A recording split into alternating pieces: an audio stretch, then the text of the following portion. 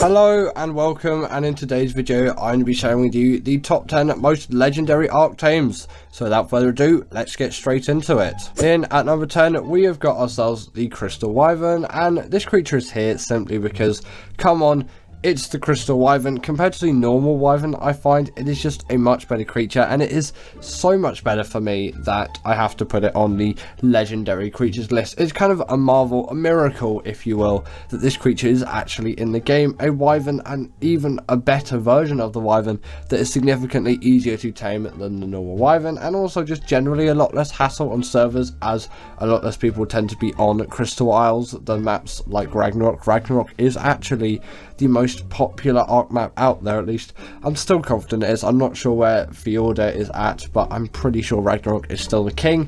Also, on top of that, you might be saying, well, Wyvern spawn on Scorched Earth. Well, they're really just a pain on that map.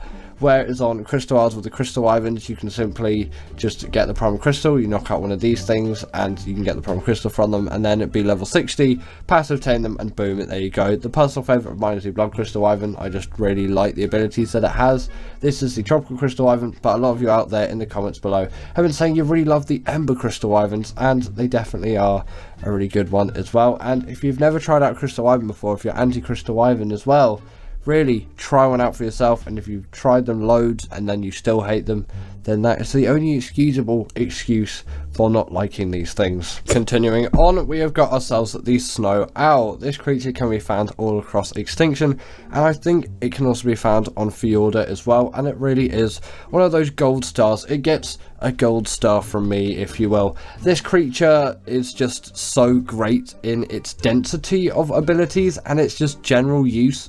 Like, PvP players can use this thing, PvE players can use it. It's not very one-sided, it's so versatile in all of its features. Namely, it is a glider, which means you can really rack up some serious speed with this thing. It does definitely help. Yes, Managamas have a lot of speed on them, but still you can actually gather quite a significant amount of it with a creature like this. You're not really missing out too much. They can't quite get to the same speeds, but still there's a lot more control I find in a creature like this, at least at my current skill level with flying Managamas. They also do kind of have a UV heat seeking. It's not UV, is it? It's infrared.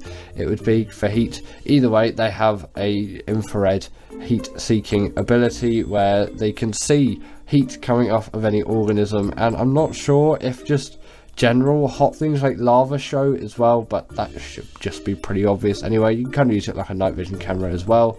Also, if you level up down on these things, not only can they fly longer distances, but you can also heal up creatures with them, which again is just going to make these things really nice to use. It is ideal to have a creature that can heal others in this way. Like, yes, the Daedon does definitely do a good job at healing creatures, but I find the Snow Owl just has it better. And also with Snow Owl pellets being useful for gadgets as well, to get some insane loot out of them. They really are so versatile, and you should definitely use one of these things at some point, considering just how easy they are to tame. So, a fan favourite of many at the moment, and obviously just ever since release. It's not really a trend thing. This has always been at the top of many lists ever since it was launched. I'm not actually sure when. It's a 2023 creature. It released at some point in that time. I think later on in the year, but it could have been earlier on as well. Again, my mind is really not the most up to date with things like this. Time goes by so fast, doesn't it, really? And you look back at all these things and you're like, actually, when was that? Either way, the Ranogan can be found on the island and also the Lost Island, and I find on normal Ark these creatures are quite rare, whereas on ASA they're a lot more abundant. I don't know what it is. Is it just like how the spawns work, or is it just some kind of placebo where I'm just like, oh yeah, more are definitely spawning, when actually no more are spawning? I haven't really played much ASA anyway, so it's not that I've played more. Either way, looking on it, the Ranogan is an extremely strong tame which you can find in the swamp biome, and it really is going to be extremely useful for that job. Not only because they can deal heavy amounts of damage, but also they can pick up a large range of creatures as well.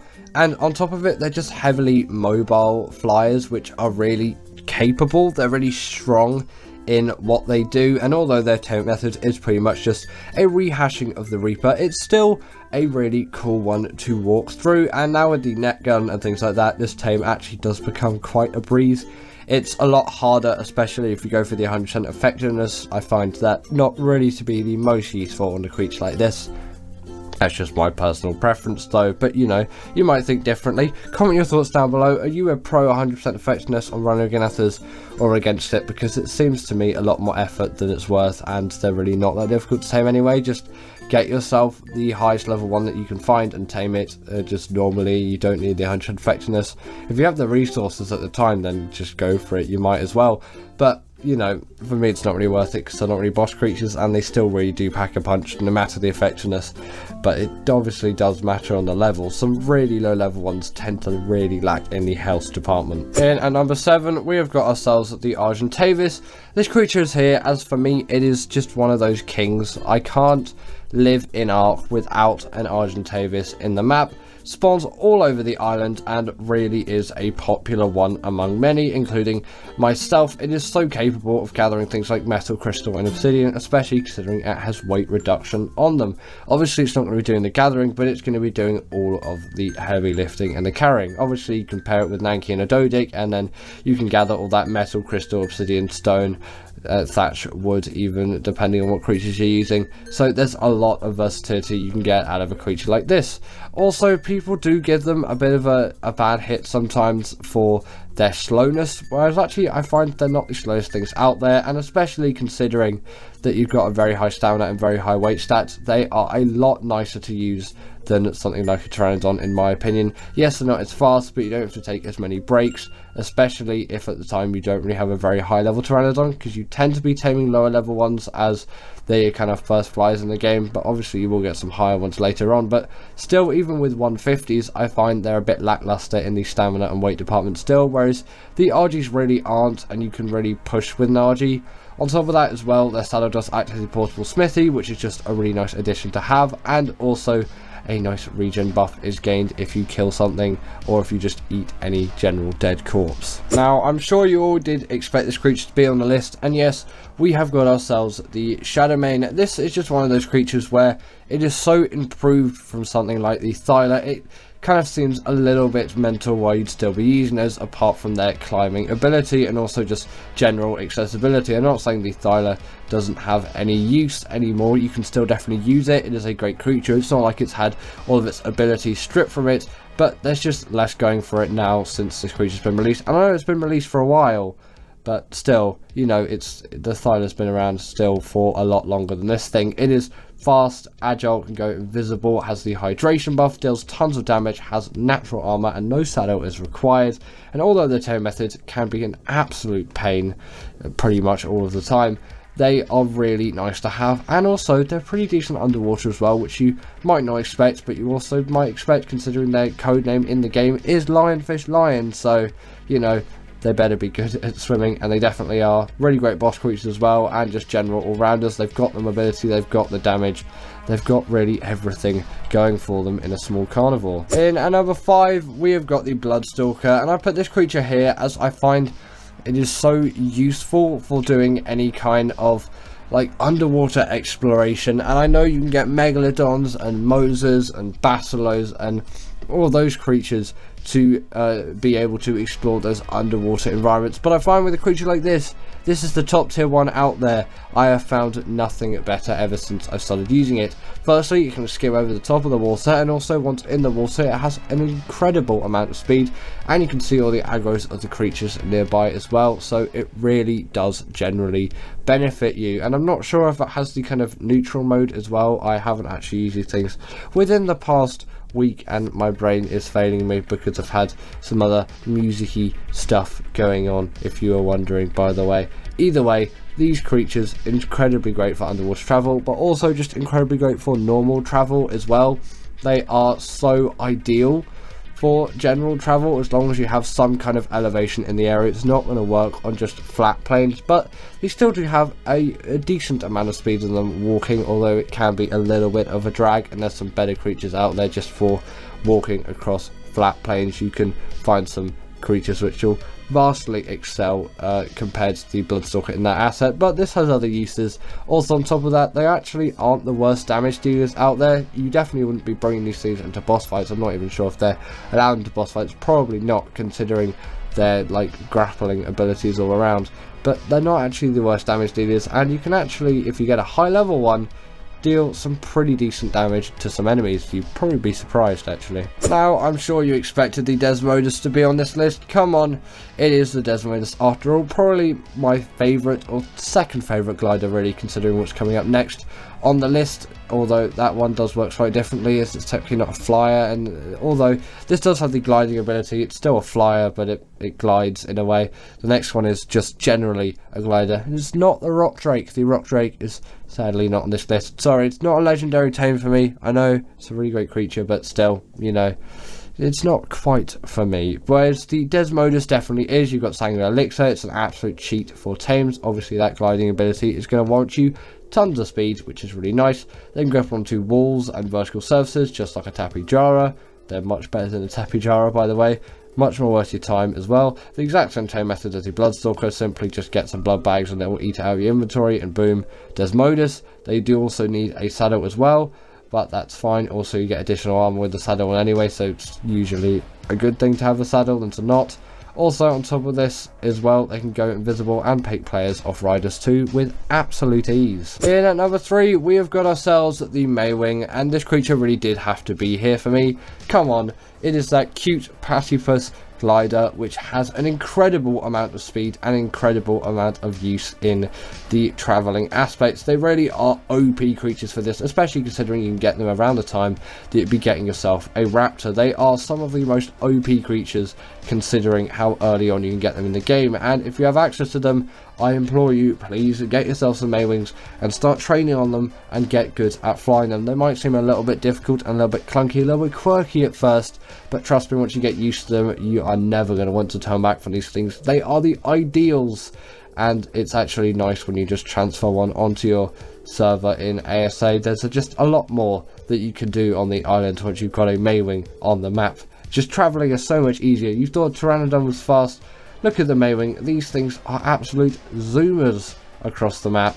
Not on the generation standard though, that's a different thing. Either way, also these things act as a portal feeding trough as well. Just great if you like your breeding. Also, these things can skim across the top of water, and they're pretty good barrier gatherers as well with that cute belly flop of theirs. Really useful, great legendary tames. In at number 2, we've got ourselves the Reaper. This creature has to be here for me. Come on, it's the Reaper. This invented that pretty weird and very innovative and interesting taming method that we all know and love from the Ranogan. Obviously, it's basically just a reskin of it, but essentially this is the creature that started it, and for me it is so much more legendary. Just taming a Reaper for the first time is probably one of the coolest things that you can do in the game, especially if you do an operation. Or Gen 2 feels a little bit like a cheese because it's so easy, unless you obviously still do it the normal way, but still it just generally is easier because you've got flyers on that map and you've got gliders and all of those things. I know you have the Rock Drake on operation, but still you're very limited for traveling creatures on that map, and they're so deep down under in the depths that it really does add a lot of good sense of progression once you actually finally get one of these things. And even once you tame one, or once you're impregnated by a Reaper Queen, you still want to come all the way back up into safety, and it's just such a long endeavour but such a fun one, and I definitely do implore you to do it. Once you've got one as well, you can deal tons of damage. You feel on top of the world. These creatures are definitely well worth it. Yes, you've got Gigas and Argentavisuses, and they're legendary in their own way, but not as legendary as the 10 creatures on this list, and certainly not as legendary as the Reaper King. And finally, in at number 1, we've got ourselves the Donicus. This always tops the list for me. I don't know what it is about this creature. What I do, obviously, it's on here in at number 1 spot, and I'm going to talk about why I love it so much. But it's so interesting how this creature has really gripped me as an Ark player. Firstly, they've got tons of speed and mobility. It's insane actually how much speed you can get on these things, and they take no full damage, which is just really great for me. I know you can just dismount just before you hit the ground, but you lose a little bit of immersion there because obviously you wouldn't really be able to do that in real life. Just the smoothness and fluidity of not having to do that really does benefit you, and you can just absolutely tear creatures to shreds with the bleed ability, especially considering that you can grip onto them and do this as well. You can even do this to bosses, which is insane. You can shred through bosses so quickly, especially considering these things also have the pack buff. They really do have everything going for them. apart from the hydration buff and underwater exploration, but you don't really need that for this creature. So yes, maybe it's not the perfect all-rounder, but there's no creature which really does fill all the assets, while you might say the Shadowmane does a similar thing. It lacks in the bleed ability, and it also does lack a climbing ability, which the Donicus has, and it also lacks the no fall damage, and on top of that as well, they can't deal the bleed damage, obviously with the bleed ability, which the Donicus and the Thyla can, but the Thyla isn't even allowed into bosses, so we're going to outrule that one completely. So yes, the Donicus really is the most legendary creature for me. Very easy tames as well, and so worth it. Out of every creature in Ark, this is the one which I will be taming the most. At number 10, we have got the Galley, and I'm sorry to all Syntac lovers out there, or just Galley lovers out there, or maybe Syntac himself if he's even watching this video, because the Galley is a staple creature for him, but for me, I really just don't like this as a creature. It doesn't really have much use to me, and it is so irritating and annoying to tame. Not necessarily just because it is a difficult tame, it's not actually a hugely difficult tame, apart from the fact they die so often when taming one. You'll need trank darts instead of trank arrows. If you use trank arrows, you're just going to kill one of these things. Once you have one, their weight isn't actually that great, so you're probably not actually going to be able to get loads of resources across the map at the speed that a Gallimimus can just go at default, because this is their default speed. Yes, albeit pretty quick, but still, considering their health and their feebleness in everything else, they really just aren't a good creature, and they're not worth the tame whatsoever. And their saddle was actually kind of expensive for what they do as well, although that doesn't make a bad creature. It's just another deficit again, which again makes these creatures just even less enticing to use for me. You can always just use like the Procoptodon, which was just there. That is a much better creature, which is just so much more robust in all of its features, and the Galley just doesn't have that, and it's kind of a shame, because there's an essence of community with this creature, with obviously YouTubers like Syntac, but most people kind of know you don't really tame the Galley, you kind of avoid this creature, and it's a little bit of the meme. And I was actually going to put the Dodo here instead, but I can't do that to the Dodo, can I? And also the Dodo is really useful for simple kibble, so it definitely isn't deserving on the list. Unlike the AI list, which put the Dodo right in the #1 spot. Definitely would not do that. Next up, we have got the Paky, and this creature kind of had to be here when you think of it. Like, this creature is so unnecessarily long to tame with its actual tame. It's not very difficult tame. It's not like the process is complicated. It takes ages to tame these things, and they're not even particularly useful. They can't even gather berries, and their kind of one use could be dealing torpor, but it's in such a controlled little area, and also it'll do more damage than actual torpor. They still don't deal a lot of damage anyway. It's just not worth using these creatures for that use, and they're just really slow and not particularly useful for absolutely anything. If they're a berry gatherer, then maybe it would improve a lot, and possibly I'm being pretty dumb, but I have never been able to gather berries with these things, and I'm pretty sure you can't. If you could, then tell me down below, and my opinion might change these things slightly, but still, I really don't think they're good tames. It's just a waste of a position. Get yourself a parasol that can gather berries, and they are so much of a better creature in the early game. Like, yeah, it could kill a raptor, but it took like over a minute for it to do this. Obviously I had to edit the video so it would actually fit in the b-roll, but it's just really not a good creature. Don't tame one. Next up, we have got the Archopterix, and I'm just putting this thing here partly because its taming food is unnecessary. It uses chitin. Really, why? Also, these things spawn in the redwoods, not the friendliest biome to tame in, and since the glide suit came out, they really aren't useful, so I have to put them in the worst Ark creatures list, as there is absolutely no use for these creatures anymore whatsoever. This creature is useless. To carry this thing around, it's just a slog, and you can't really get much use out of it. Just get a normal flyer. It's actually easier to get a Pteranodon than one of these things, as the biome when you tame one of these things isn't particularly friendly, and a Pteranodon is going to be so much better than this creature, or even like any just flyer or glider. It's gonna like wipe this thing out of the park. There is no use for this creature to be in Ark, but also the cinema crops exist, so this doesn't need to be here. At number 7, we have got the Microaptor, and again we kind of have a useless creature. This thing can't really do anything in particular at all, and Obviously, maybe, yeah, you could use it to knock players off of mounts. There are just better creatures like the Desmodus can pick players off of mounts, and it still is quite a finicky use case, and it doesn't work very well or effectively. There really is not a huge use for these creatures to be used in that scenario, so they're just pretty obsolete, and again, not the friendliest to tame because they often come in packs, and they're just an absolute pain to deal with, kind of like Palovias, although Palovias do have a slight use, so obviously I'm not putting the general Palovia on this list. They don't need to be here. Next up, we have got the Ovaraptor. Some people might say this is an unpopular opinion to put here, as surely the Archopterix and the Microaptor are less useful than this thing, as it kind of increases the rate that eggs will be laid by creatures, but it isn't an essential thing to me, at least, and maybe to people that do want loads of them, I have a feeling it's not going to make the biggest difference. Maybe the Ovaraptor is an insane creature to you, but the taming method is pretty unnecessary, and I really don't like these things as a creature, and I think their use case is kind of pretty useless, like the Dimetrodon and incubating eggs. Just use air conditioners. I know there isn't really an alternative for this creature. I just think it's really useless. Next up, we have got the Aranio, and this creature is so useless. Like, its tame method is a really annoying passive tame, and on top of that as well, it just really doesn't have much use of a creature. I'm going to put the Titanoboa here as well, as it kind of follows under a similar league.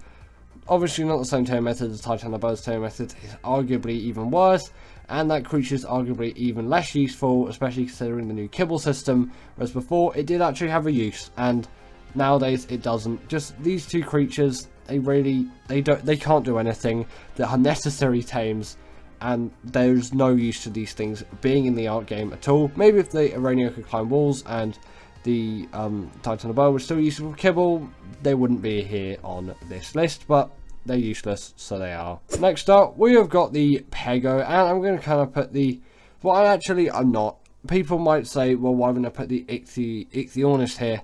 Well, the Ichthyornis actually kind of has a use. It can gather back black pearls and all of that stuff. So, no, it does not deserve to be on the worst art creatures list. And I've been throwing the word useless around, but this is still the worst art creatures list, not the most useless. But they are, in some ways, big synonyms of each other. But the Pego kind of does have one use, which is it can actually gather berries.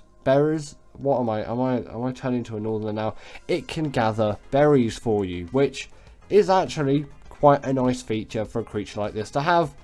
Although you're taming these things on accident, no one's actually going out to tame one of these things. The way you tame one, you just put berries in your lush like your hotbar, and then it will steal them, and then it will tame. So you can tell how that would happen on accident. And all of my Pego tames have been on accident, and they're really just not useful. They don't do anything. They just sit on your shoulder and do nothing, and there's nothing that you can really do with them. Again, kind of falling into the worst Ark creatures list. It just doesn't.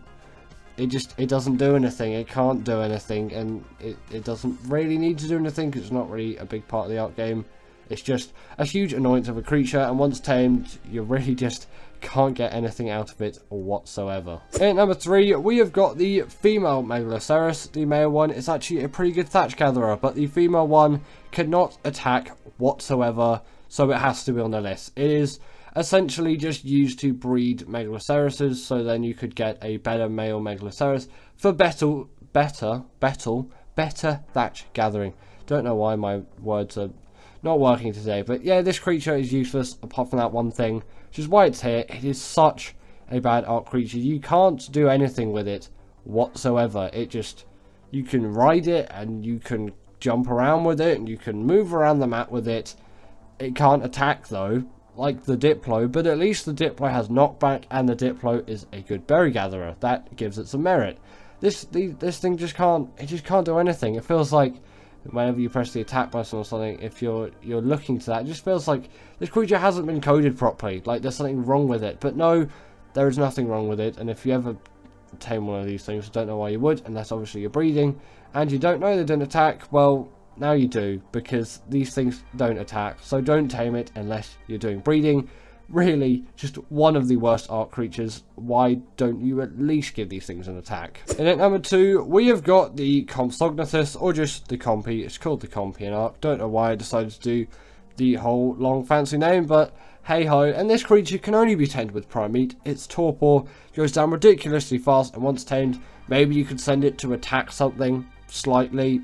Really just doesn't have a use. And I'm kind of going to put the Listro here as an honorable mention as well, because it follows a similar suit. Again, kind of has a use like the Ovaraptor, where it will buff something from your creatures. It will buff the XP. Just, again, for me, really just not a useful creature. You can't get anything out of these things. And number 1 is anything you really tame with the fish traps, as you do tame that creature if you let them out of the fish trap. And I know maybe you might say that's a little bit of a cheat and it doesn't count, but you have tamed it, so it's there. So Coelacanth, Sabertooth Salmons, Trilobites, all of those things. The worst Dark Tame just by far. Like, honestly, you can't use these things for anything. They're just there. Obviously, you can use them when in a fish basket to tame a Shadowmane. That's kind of nice. But you can't when they're out in this form, so that's why they're in at the number 1 spot. So, thank you to my wonderful patrons, Katerina Puchkova, Karina Thorne, Dominic Macy and Ethan Tapia, who have all supported me through Patreon or through YouTube memberships. If you want to join this list, then go join Patreon or YouTube members, but thanks to all of these guys.